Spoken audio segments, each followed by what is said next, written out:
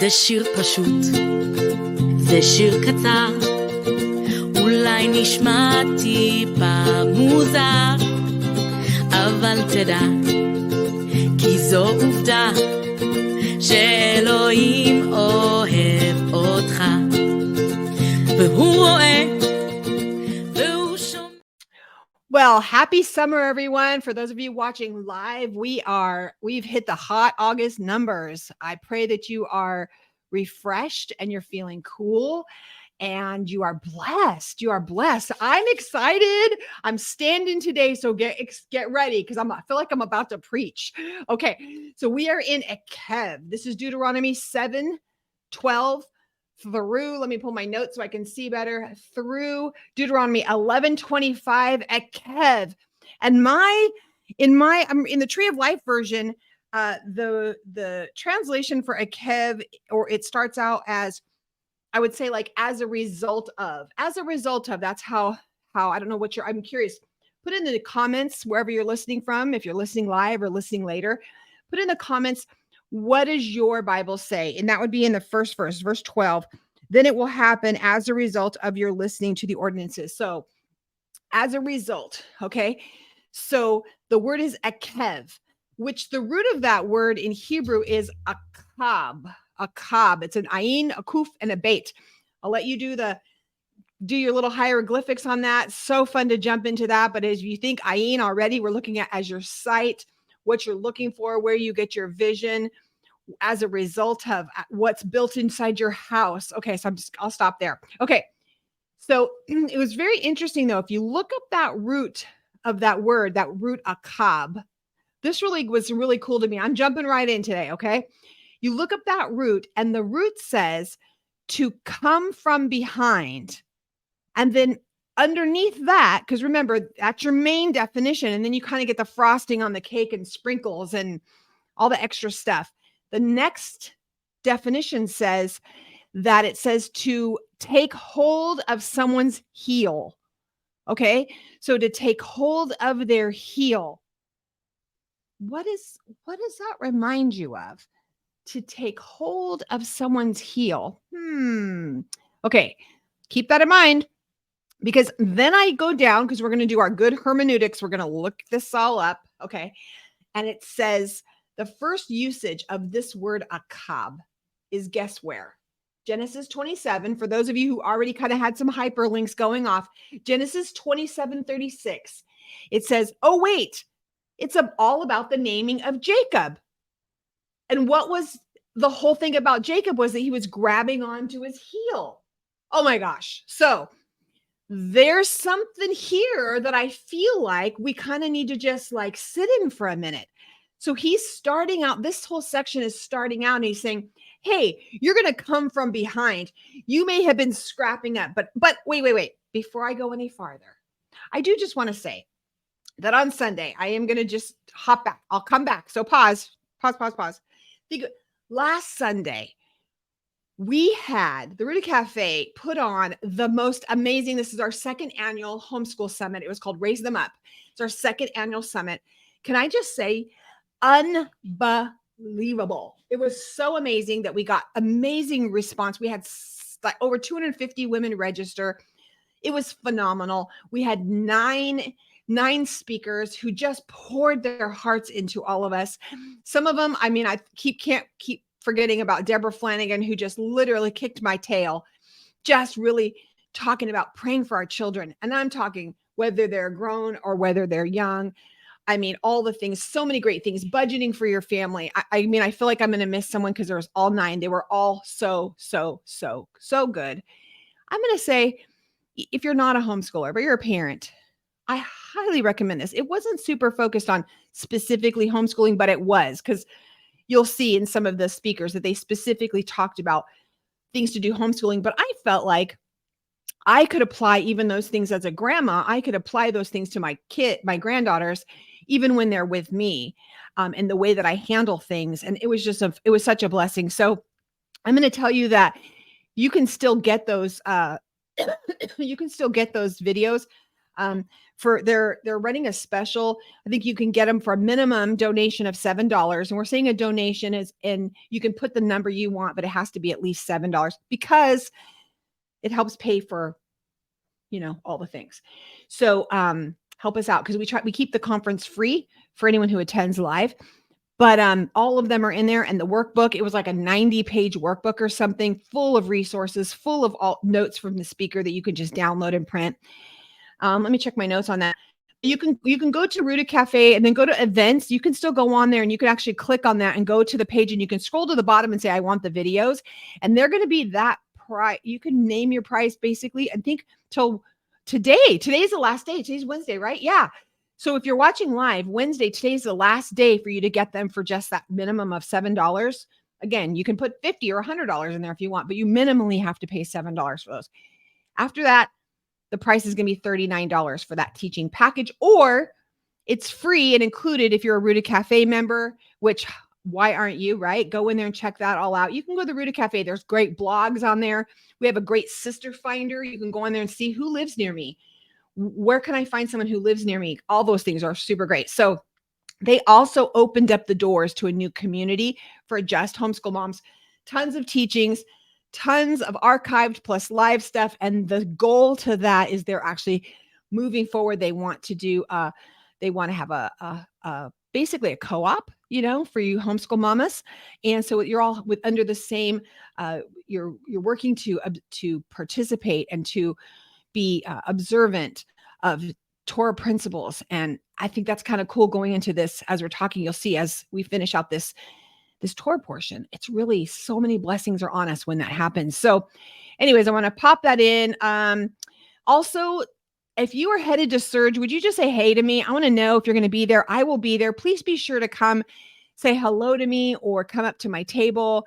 I am blessed that I get to be a speaker. I'll be doing 3 sessions there. I'm so excited.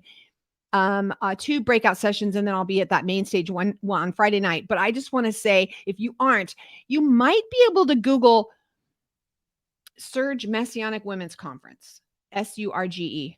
And I'm sure it pops up. And go in there and see if you can squeeze in. If you can, it's just outside of Dallas. Such an amazing, amazing women's conference. I mean, all the cool kids will be there. So, hey, Okay, so back to Ekev.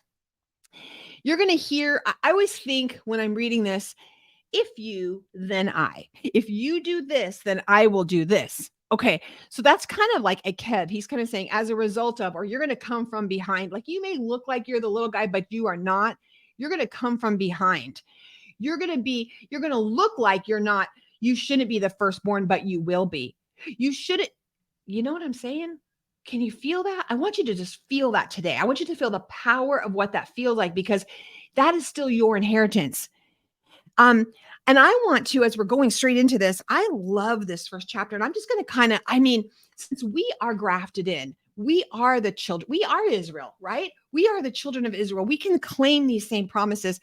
So I love praying the word. And when I was reading the first part of this, I was like, I feel like we should just pray this. So can we do that? Can we do that together? Father, we are keeping your commandments, or we're trying to pursue your Torah. We're trying to pursue your statutes, pursue your calendar, pursue all the things you. So thank you for loving us. Thank you for blessing us. Thank you for multiplying us. Thank you for blessing the fruit of our wombs, but the work of our hands also. Everything that we touch, Father. Your word says that from all the people that we will be blessed. And can we receive that right now, Father? We receive that. Again, everything we touch will be fruitful. Thank you for removing sickness from us. And thank you for removing terrible disease. And thank you for your word, that it is still alive. It is still active. Father, I thank you for everyone listening. Bless them, Father. Hallelujah. Amen. So verse 16, he says, and they were to devour anyone that Adonai handed over to them. They were not to pity them. The word is kus. They were to not look compassionate or feel sorry for them. Gosh, that's a challenge for me. Again, I love sitting in this and thinking, okay, so what would it be like if he's telling us Moshe is like going through this whole thing and he's saying, okay, this is what's going to happen. This is like, again, this is the locker room talk. He's saying, this is what we're going to do. I just want you to remember when you go in and he's going to give this over to you. You are to devour those people. And we're going to hear sometimes even later when we're going to hear like, oh, they could hear, why are those sheep bleeding? Why do I still hear this? Why did you save the women? Why did you save the children? Right? We're going to still see this happening, and it always, always, always cause trouble. It's such a challenge for us. But when we let one go, we remember it influences everything. It's that one bad apple, right? Ruins the whole bunch. Or I've shared this before, but it just happened yesterday. I was throwing oranges away that a couple of those little oranges had started to mold. And so I had to throw those away because I knew it would spread throughout all of them if I just left them there. Not that I would do that, but right. And I just started asking myself, I have so many things that influence me. It's a challenge. And if I let one go, if I let something, I might say, well, it's just it's just a little thing. Oh, I feel bad for that. I feel bad. I don't want to be mean. You don't have to, I'm going to speak about relationships specifically. You don't have to be mean to sever things. You can pray for the Holy One to put like the wording into you so you're still loving. I have so many things in my life. Father, would you just bring to my heart and to anyone's heart that's listening, would you bring it to my heart, to my mind, anything, Father, that I haven't annihilated or devoured, but I've let kind of sneak in, the little foxes that are spoiling the vine? Father, would you show me what I need to remove that maybe I'm keeping in my life because I have pity on it? It's not that big a deal. I feel sorry. I don't want to, someone gave that to me. I don't want to hurt their something, right? I've had to remove people from my life. It was hard. These are people. Sometimes it was family. Not that I don't love them, not that I don't pray for them, but I had to keep them I have to keep them at a distance. Why? Because I had to keep them from being in my life. And I had to ask, even friendships that I cherished, they were valuable to me. And I felt bad because even though I'll say I cherished them, they were friends that I really cared about. And I felt like I was helping or I was serving in some way, or I was going to help. Okay, women, hold on. I'm going to help them. I'm going to help change them. I'm going to help make them better. If he hasn't called you to that, please don't take that on for yourself. Because he says, walk away. He says, walk away. Sometimes I'm tempted and I have compassion, and this is what he says, you're going to have compassion. You're going to have pity. And I want to bring them back into my life. Like I have specifically recently, I've had someone that I had to sever a relationship. And I cared a lot about this person, but I knew that it wasn't a healthy relationship. And I knew that it was something that I needed to sever from my life. So what I had to do is cut it. Well, I am tempted often to I'm just going to say, hey, let's go do this. Or, hey, can we do this? I hear him quickly say no. Isn't it hard sometimes when you break something off or when you remove something, even if you're on a diet and you're like, I'm just going to just have one. Well, what happens is it like, my granddaughters come to visit and I'll just take one bite of something that they're doing. And before I know it, I'm like down the whole eating Nutella and croissants and anything else. Like I'm just eating crazy food and just having one. And for me, I know some things that I just can't have it in my house. It's the same thing with some of the things he's asking us to bring into not to even let it in your house. And then verse 17 says, is in your heart, you may start thinking, oh my gosh, this is too big. They're more numerous than I am.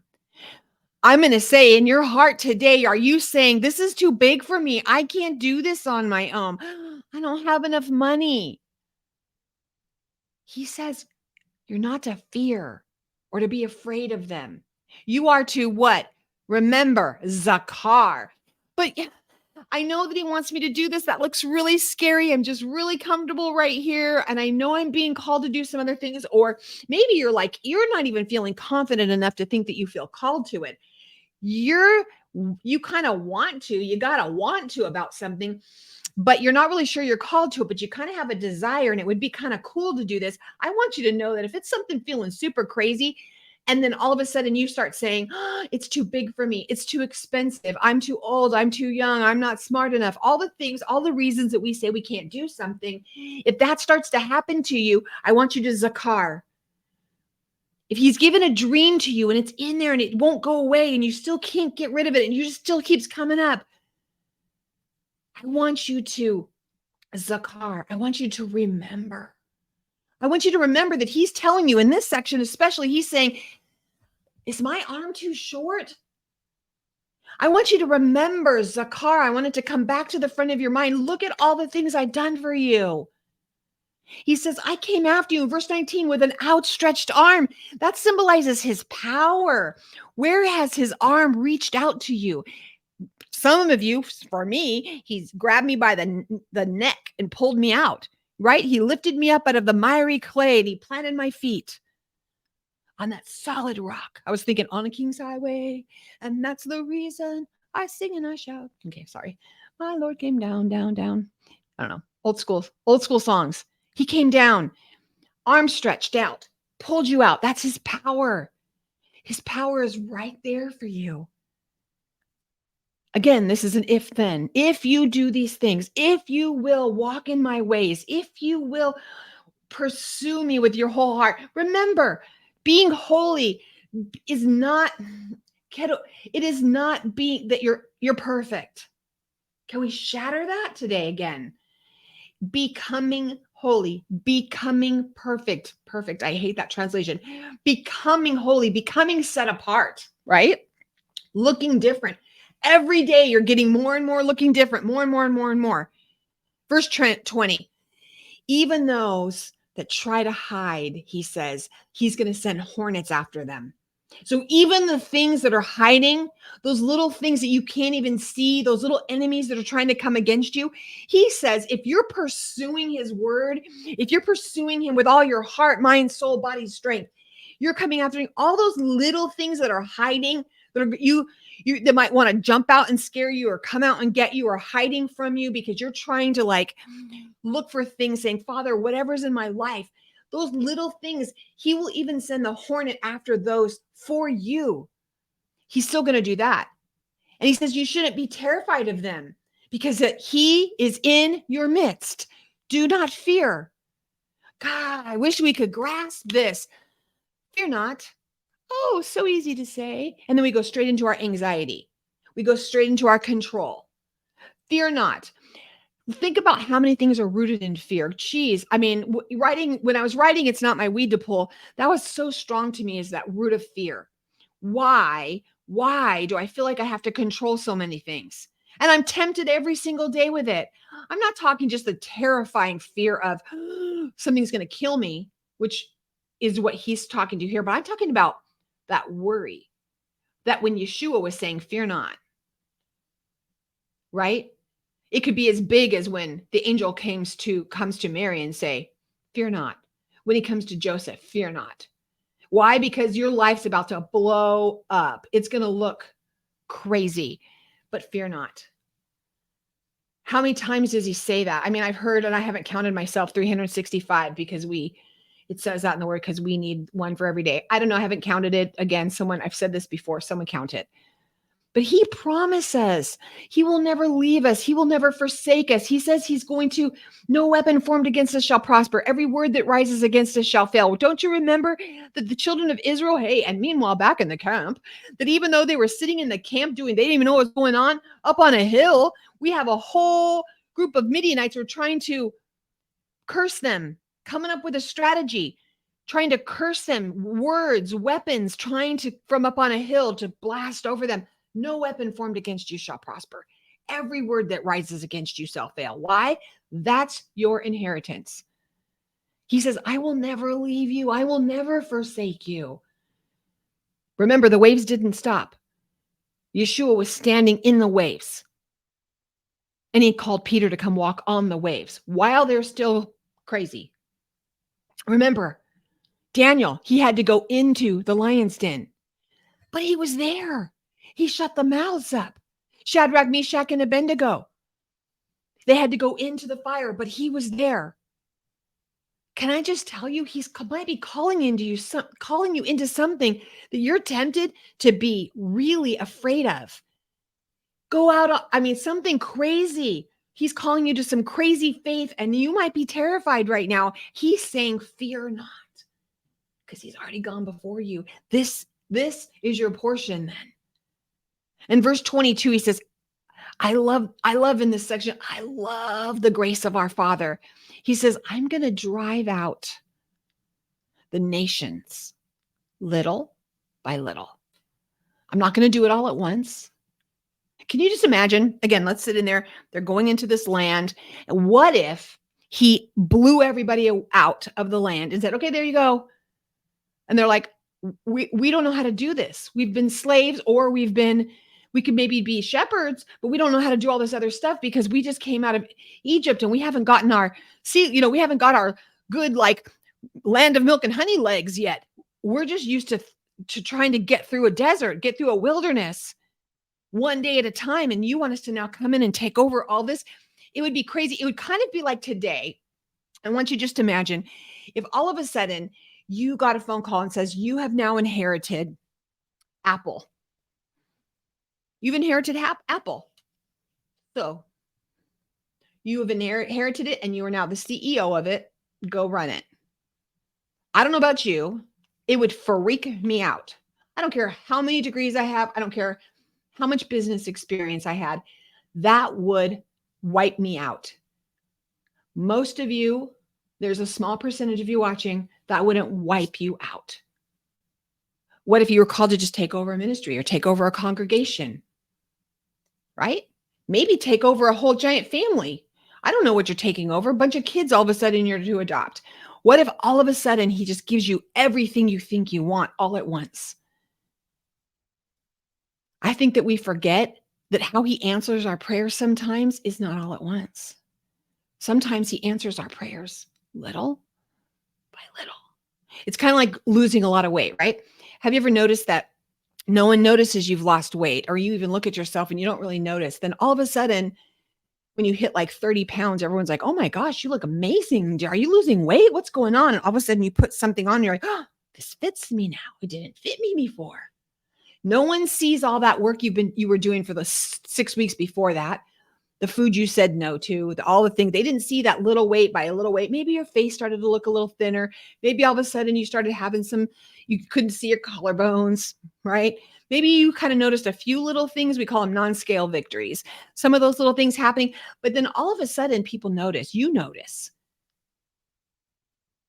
But what happens is sometimes when he answers that prayer little by little by little, we forget how bad it used to be because we've desensitized. It wasn't instant and we were like, oh, I couldn't walk and now I can walk. Maybe it's something he's requiring little by little, physical therapy, a little by little something. Maybe all of a sudden you didn't go from I have no money to all of a sudden I have a bunch of money. Maybe it was little by little and you started to forget how poor you used to be. You started to forget how sick you used to be. You started to forget how many friends you didn't have when you were crying out and praying for friends, but you forget. And you don't remember how it used to be. You don't remember how hard it used to be. And you don't remember that you struggled. But little by little, he's been doing things. Little by little, he's giving you the land. Little by little, he's changing you. Little by little, he's changing him or her or them. Little by little, he's changing your situation.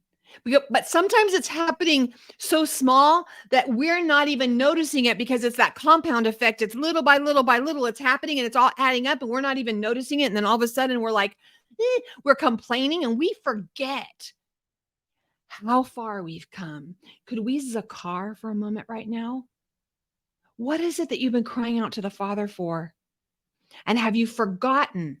I have friends who I remember them crying out for their husbands, for their salvation, or for them to walk in his covenants and honor his calendar, things that they want to be in alignment and with together.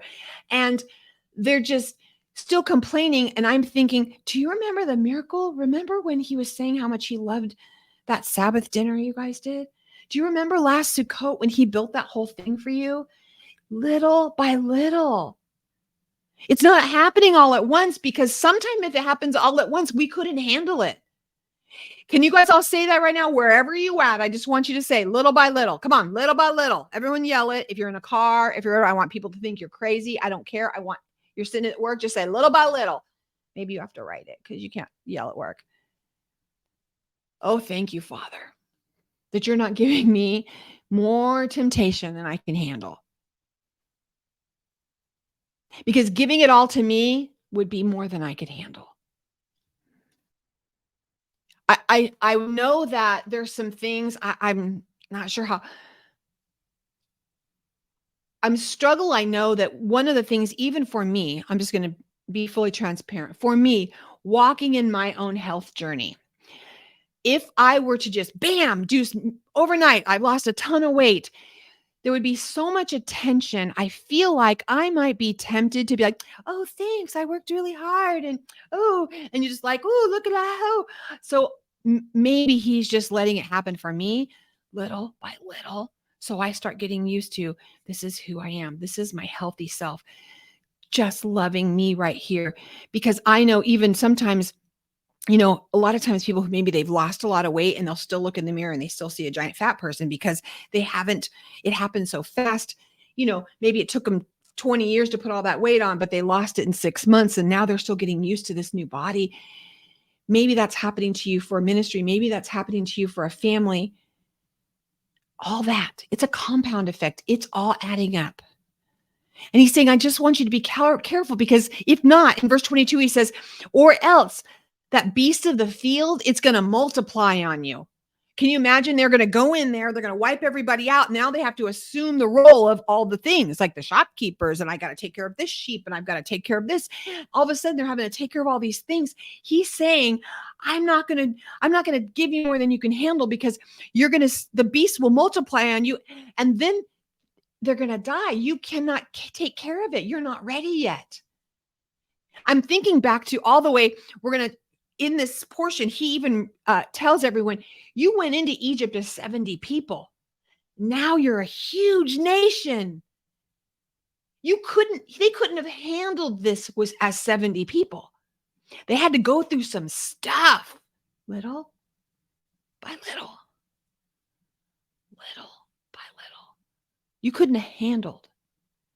couldn't have handled walking in the ministries and the businesses that I'm working in now. 10 years ago, I thought I could. I wouldn't have said, yeah, you're wrong. But I realized he couldn't have given me what I deal with now, because it would have been more than I could handle.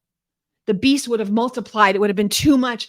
And everything would have died and it would have blown up, because I wasn't ready. My character wasn't ready. Even still, I know I can't walk in the fullness of what he has for me, because he's still building character things in me. He's still working on leadership things with me. He's still working on how to deal with people better.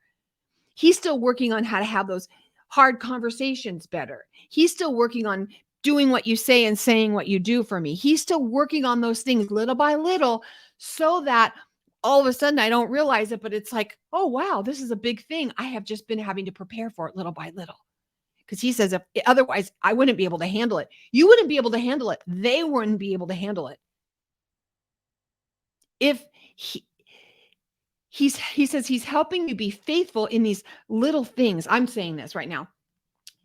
He's helping you be faithful in these little things so that you can handle the great things.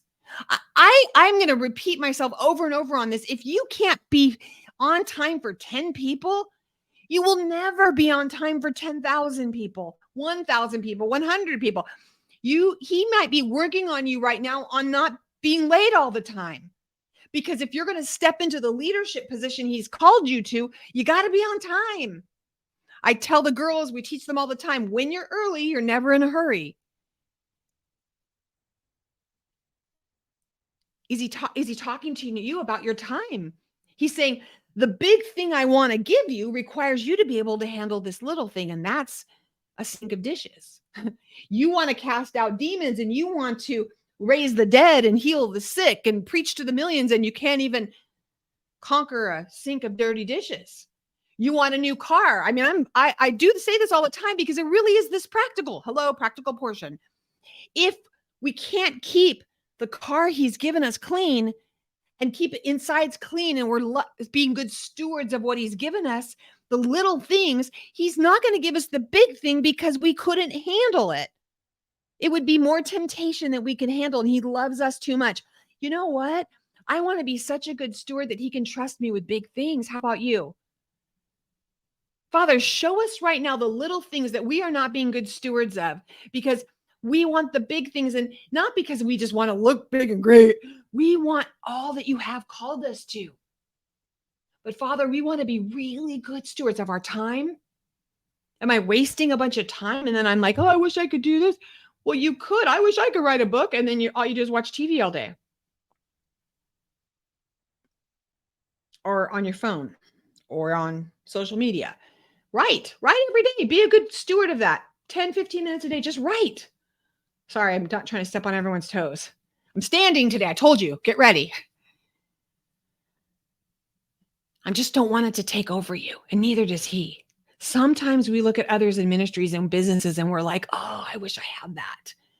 You have no idea how long it took little by little for them to be that overnight success.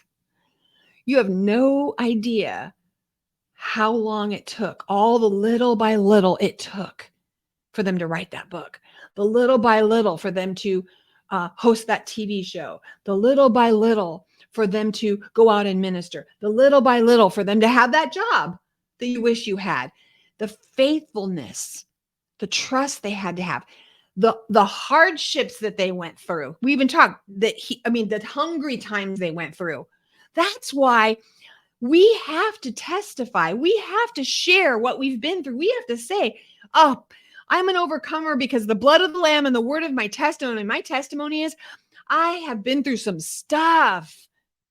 I couldn't make it here without him.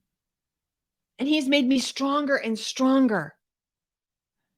He says it later. He continues on to tell them, I'll even throw everybody into confusion for you, so that everyone will be destroyed. We see this in 2 Chronicles. He does that, right? The enemy comes in and from every direction, right?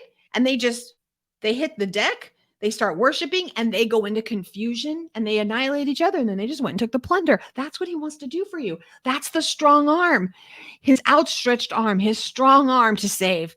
His arm is not too short that his power isn't coming after you.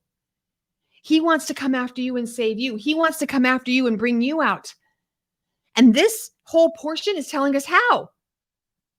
No man, it says, is going to stand up to you. He tells us, I want you to burn the gods. I want you not to covet what they have. Don't take things for yourself because you'll get snared by it. Don't go and be like, oh, it's just a this. Don't do that. I don't want what someone else has to give me, because all I want is what he has to give me. Because if he gives it to me, I don't want their stuff. I don't want their business. I don't want their ministry. I don't covet. I don't want anything they have. I don't want their family. I don't want their kids. I don't want their husband. I don't want nothing. I want nothing they have. Why? Because it will snare me. But his gifts are without repentance. His gifts he's going to give me, he's going to know because I can handle it. His gifts he's going to give me because he'll give it to me little by little, or he'll prepare me little by little by little till suddenly I get this thing. Was it suddenly, or was it little by little and then it just suddenly got finished? I don't know. Sometimes it's both. So verse 26, don't even bring it into your house, he says. He says, it is banned. I want you to detest it. I want you to abhor it. I want you to think of something right now that you just hate, that you just can't, something you hate. I don't like boiled okra. Okay. I don't like it. I don't like it. I abhor it. Do I hate it? I don't like it a lot. Strongly dislike it. slimy and bleh. Now, I do have okra in my home, not boiled okra. It's in my freezer. I use it to make baking goods with. It's really great as a binder. It's very good for you. However, you're not going to see me boiling it. It's not going to ever be on my plate. It will not be a temptation to me because I abhor it. What do we need to think about that we've started to enjoy, that we should be abhorring in our families, in our homes, that we don't even allow it in our homes? I'll give you an example. Yesterday, we were watching Mary Poppins. My granddaughters are going to theater camp, and they're learning, supercalifragilisticexpialidocious. They're learning all these songs. They're going to be doing a little play of Mary Poppins. So I show them the original Mary Poppins, like, let's watch the movie. So we watched the movie. Well, we were going to watch the second one, and my granddaughter says, I don't want to watch that one. It's too new. That's kind of funny. She liked the older Mary Poppins. She liked the simplicity of it. So I thought, oh, well, you know what? There's some other movies that were great that were made during that time that I watched when I was a little kid. So let's watch some of those movies that I watched when I was a little kid. I turned on Bedknobs and Broomsticks. Now, before you were all like, I turned it on. I had a really big project that was due yesterday. It was a final for a class I'm in, and it had to get done yesterday. So I turned it on. I'm sitting on the couch and I'm working. And all of a sudden, my granddaughter's like, Yaya, I don't want to watch this. I'm like, well, really? Why not? I haven't been paying attention. She says, it's kind of creepy, Yaya. I'm like, what do you mean it's kind of creepy? It's Bedknobs and Broomsticks. It's like a cute kids movie, right? I did not remember. I haven't seen it since I was a child. Yeah, it's kind of creepy. It's all about like witchy and mad. I don't like it, yeah. It's kind of creepy. And I looked up and I see her with a broom and she's casting spells. I was like, oh dear God, and changed it. Can I just say, a lot of times we are so focused, this is a side note, so focused on what we don't allow our kids to do and everything. And I'm not saying that we shouldn't do that, because I really believe we should raise our children in greenhouses so they have good, strong roots, so that when they do go in the world, they can handle the winds and the storms. But what I know is I've spent so much time, and I know my daughter and son-in-law have spent so much time rooting them in truth and rooting them in the things that are life-giving, that that's what we need to do. We're so focused on that. So when they see something that's not life-giving, it should give them that, I don't like that. They should abhor it. They shouldn't even let it in their house. That came right off. We were done with that. All right, chapter 8. So he says, I did some things so that I did some things to you. I let some things happen so that I would know what was in your heart. He does let you get hungry. He does let you feel some pain sometimes.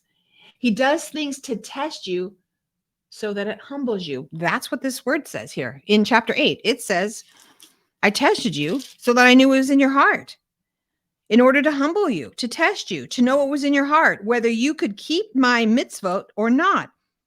He afflicted you and let you hunger. God never causes bad things to happen. That's not what that just said. Sometimes he does. Why? Because he knows he has good things for you. And he needs you to go through things. He needs to let you get hungry sometimes. He needs to test what's in your heart. I think he knows. You need to know. You need to see, because sometimes something's happened to me and I'm like, oh, I didn't know that was still in there. I was really gripey yesterday. I mean, a couple times something happened and I was just like, and I stopped and started laughing at myself. I thought that was gone. I can't believe that's still in there. I'm tired. It's been a very full week, and I have a full week to go. And I'm like, oh, that's still in there, Father. Sometimes you let me get stressed out so that I can see what's in my heart, so you can reveal what's still there, what still needs to be worked on. Do you know what's in your heart? What's in your lev? Your Hebrew, your lev, your intentions. We are blessed to have Keisha Gallagher works. She's not only on the board of the Rooted Cafe for me, but she's also for us. Also, she teaches a Monday Musar class. Every other Monday, she's going through a Musar class. So for those of you who don't know, it's basically, it's a very Jewish a teaching. It's discipline of your emotions, discipline of your, it is discipleship. But I'm going to tell you, it will change your life because it's going to cause you to build character, and it's going to reveal the intentions of your heart, and to see, wow, I didn't realize I feel like I need to speak all the time. And he's saying silence is a virtue. This is something I need to work on. And you'll go through each one of these, and it's powerful. It's powerful. The book we're using is Everyday Holiness. It is not a Messianic text. However, it is a Jewish text on teachings on Musar.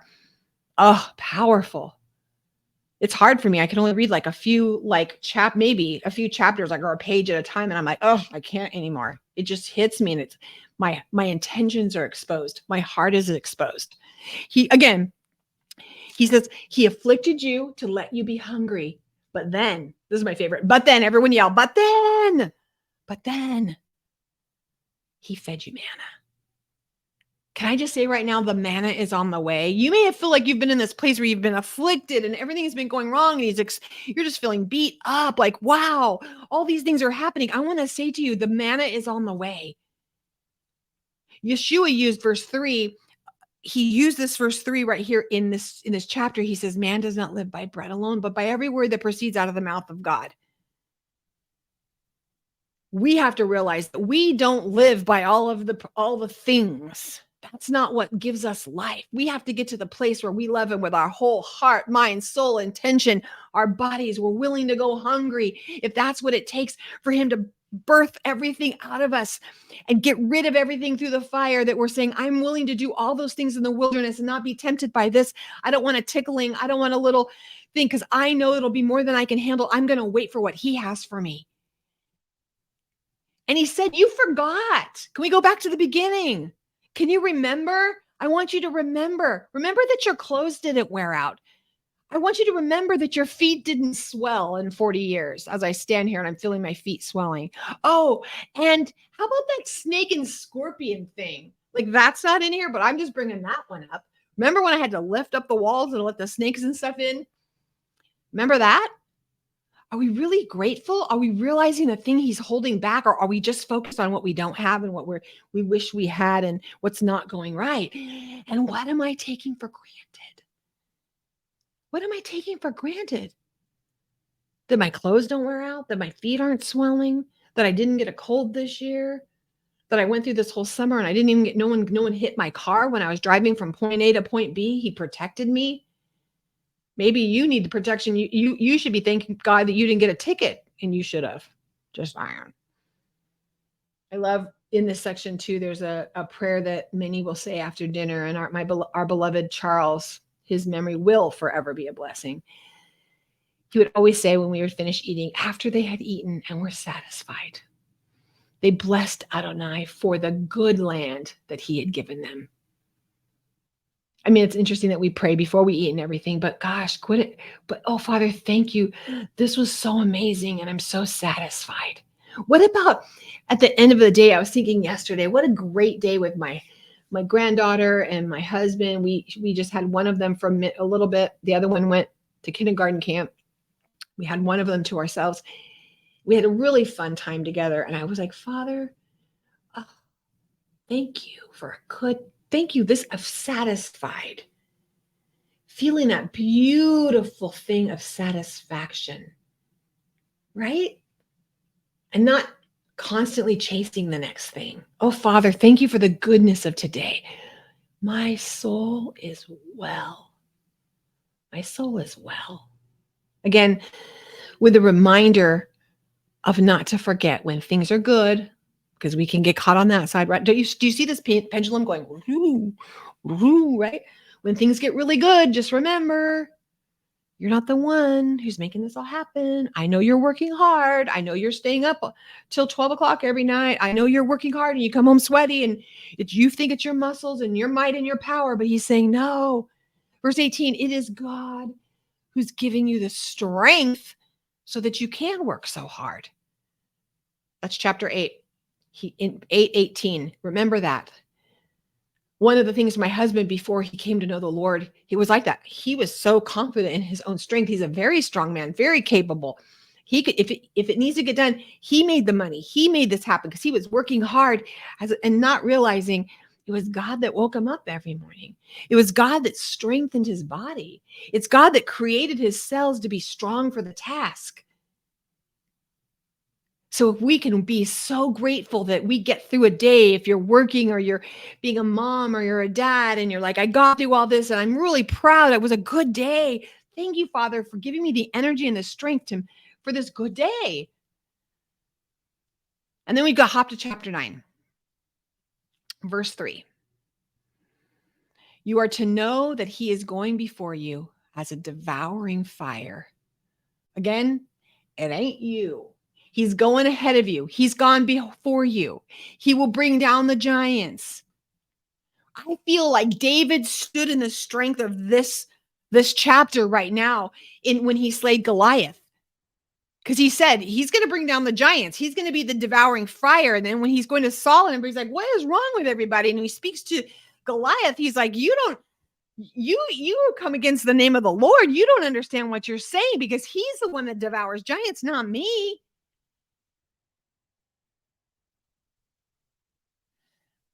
And verse 4, he says, don't say it because of you is the reason that God did this. No, it's because if it was because of you, I love this is Moshe. He's like, don't Moshe. He's like, no, you're not going to be saying this. Oh, God did this because we're his tease. And I'm talking for me right now. I'll tease and say, oh, because I'm his favorite. But listen, I never want to get what I deserve. It is not because of me. It is not because of me. He says, none of this is happening because of you. It's because you're wicked. Can I just go through a few things? Now, in case you forgot, let me just remind you of a few things that happened. How this isn't about your righteousness. Remember, our righteousness is filthy rags.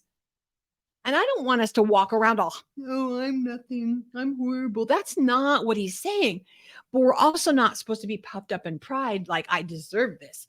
I want you to think about how many times a day or a week that you think you deserve something. You deserve someone to treat you better. You deserve to get more. You deserve something. And I just want you to remember, walk down memory lane a little bit for yourself and realize how many times your righteousness is filthy rags. Your right standing, what is right, anything that you deserve is like filthy rags. You do not want that. You want what? Because of his righteousness, because of who he is, because I want to be a really good representative of who he is. And he says we've never seen the righteous forsaken or beg for bread. The righteous, are you righteous? Not in your righteousness, but in his righteousness. And then we go to chapter 10, and I'm going to hop to verse 12. We got a little bit of time. What does God want from you? Have you ever prayed that? God, what do you want from me? God, I mean, what do you want? What am I supposed to do? What do you want from me? And he says here clearly, if you've been praying that out, if you've been praying that, God, what do you want from me? Chapter 10, verse 12, he says what he wants from you. He wants you to fear him, not be afraid. Oh my, you're going to kill me. Like respect that loving fear, right?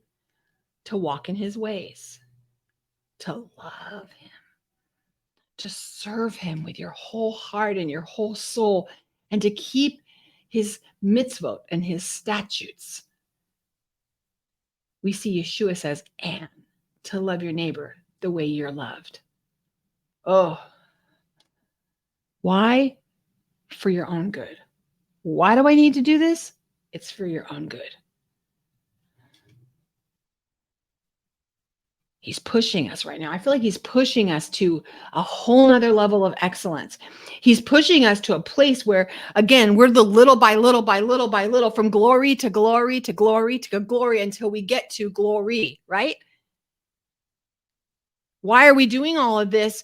It's all for our good. He's good. Romans 8:28. He works all things for good. To who? To them who are called, who are loved, according to his purpose. He's got a purpose and a plan. He's got a purpose and a plan for you. You might have the verse on the wall, Jeremiah 29:11, and be like, oh yes, it's a call and a purpose for my life. I know. Do you know that there's a reason that maybe you've gone through what you went through? I love journaling. I don't love journaling. I'm not telling the truth. I'm not a fan, but I love when I do it. Do it. I love when it happens. And when I sit and I actually journal, and I don't do it every day, but you know what I love about it? I love that I can open up my journal and read what happened last year and just randomly read some things. And I go, oh, I forgot how stressed out I was. And he came in and did all this stuff. I forgot how great this was. I forgot how sick I was. I forgot how hard that was. And I go through my journal and I'm reading and I just am like, thank you, Father. What a great, I've been pushing everybody right now. Go to audienceofonecreations.com, Audience of One Creations. And Rebecca Cruz, who many of you hang out with us on Fridays, and we're teaching the Torah portion over in the portion for the Ruta Cafe. And she has a t-shirt in there, Zakar. Mine's on the way. So I would love for all of us to get them. Get a t-shirt. And if you can't, I think tax, shipping, everything was less than 30. I think it might've been around, it was 30-ish dollars for all of it. Beautiful quality, support someone in ministry. She gives so much to people and to her gifts. But I would love for us to all just be posting all over social media our Zakar t-shirts. We just say Zakar because I feel like that's a clarion call that he's doing right now is Zakar. I mean, it is the call. Zakar, Zakar, Zakar, Zakar, Zakar, Zakar. Are we Zakaring? Are we remembering what he did? Are we telling people what he did? What if our posts were like, oh my goodness, I was reading my journal and I just remembered 10 years ago, I forgot that I couldn't walk and then God healed me and I can walk. Can I tell you something I remembered? I remembered that it wasn't that long ago that I couldn't have done this because when I had my thyroid removed out from having cancer and they took my thyroid, they cut my laryngeal nerve. And my laryngeal nerve, when it happened, I would drink and I would be aspirating, I'd be drowning. So they had to go in and paralyze that. So that the epiglottis, one of them could open and close, but this one wasn't because the nerve was shut and I couldn't talk because it was cutting my vocal cord. So I couldn't talk like this. I would go it was horrible. And then I'd start panicking and it was just awful. I couldn't project my voice. I had to be very careful and I couldn't breathe. You'll see sometimes when I get going, I try to pace myself better now. I'll have to stop and make sure I do a really good breath, but I couldn't do this. How long has it been now? Oh my gosh. It's been 10 years. She was 21. It's been 10 years. 10 years ago, I couldn't talk. He healed me. They told me that laryngeal nerve would never regenerate, that every 5 years or so, I would have to go in and have that injection again to paralyze that epiglottis so they would open and close. I'm going to tell you, I think it's been 2 years now when I went to have it checked because I thought, well, I'm not like drowning or anything when I'm drinking, so I must be okay. And when I went in there, they said, you know what? And they did all the tests. They put the thing down and made me do all that kind of stuff. And they said, this is crazy, but that laryngeal nerve has regenerated and it's opening and closing all on its own. We don't need to paralyze it anymore. Bless God. The nerve wasn't supposed to regenerate because it was severed and it regenerated. That's God. That's a Zakar moment. What is a Zakar moment for you? Can you just stop right now? I'm going to give you the time. Would you just think of a moment? If you have to write it on your phone, if you have to post it somewhere so that you don't forget, I want you to Zakar the Zakar. I feel like we need to be walking in Zakar right now because that's even what he's saying there. I don't want you to forget the goodness of God. I don't want you to forget that this is working all for your good. I don't want you to forget that when the enemy comes in like a flood, I'm going to raise a standard against them. I don't want you to forget that these giants are not too big because I've come in like a devouring fire. I don't want you to forget that my arm is not too short to save you. I don't want you to forget that my fire has gone before you and has devoured the enemies. And even though you think you see them, I don't want you to be afraid. Don't forget. Zakar. I don't want you to forget. I don't want you to forget. I want you to circumcise your heart. I want you to focus on fearing and respecting and loving me and loving my ways and learning my ways. That's what I want you to focus on. And I want you to just realize that everything you put your hand on, I'm going to bless. Just love me with your whole heart and soul and mind and strength. And I'm going to bless everything you do. Bring your heart to me. Let's circumcise your heart. You're now a great nation. You know what? I don't know how you came into this walk in your life. Maybe limping. Maybe you came in and you thought you were strong. I don't know how you came into this, but like them, they were only 70 and now they're a great nation. Now they're a great nation. Now they can say Ekev as a result of what we have been through. This is where he has brought us as a result of 400 years in captivity, as a result of 40 years in the desert, as a result of now us saying, we will be your people and you are our God. And we say, yes. We say, I do. We say, yes, I want to be the bride. I want to know you the way you want me to know you. I want to have that relationship with you that's passionate and it's full of life. I want to zakar the goodness of you, God.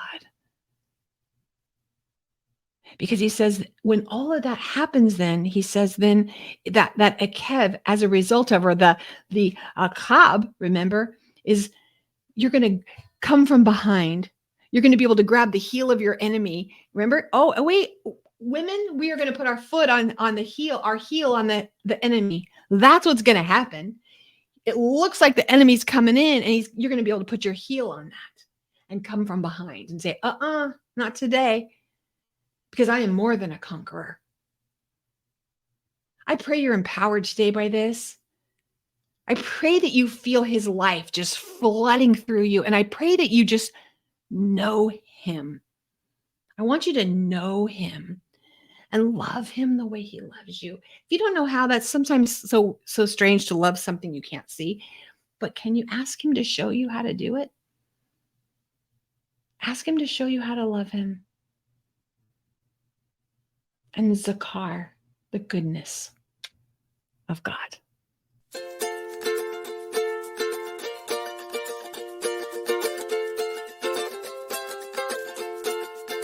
זה שיר פשוט, זה שיר קצר, אולי נשמע טיפה מוזר, אבל תדע, כי זו עובדה, שאלוהים אוהב אותך, והוא רואה, והוא שומע, ואכפת לו מכל דבר קטן.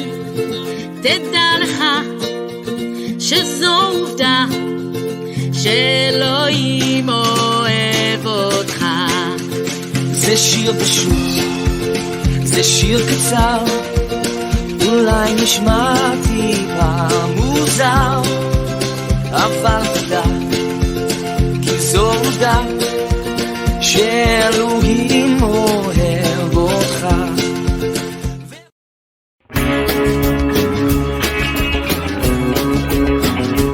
We are richly blessed to bring you what we believe is the fullest, most diverse, yet up-to-date progressive teachings, discussion, and prayer programming you can find anywhere on this planet. Be sure to take the tour of the MessianicLambRadio.com website. I'm Susan Hugie, thanking you for joining us on the Messianic Lamb Video Network.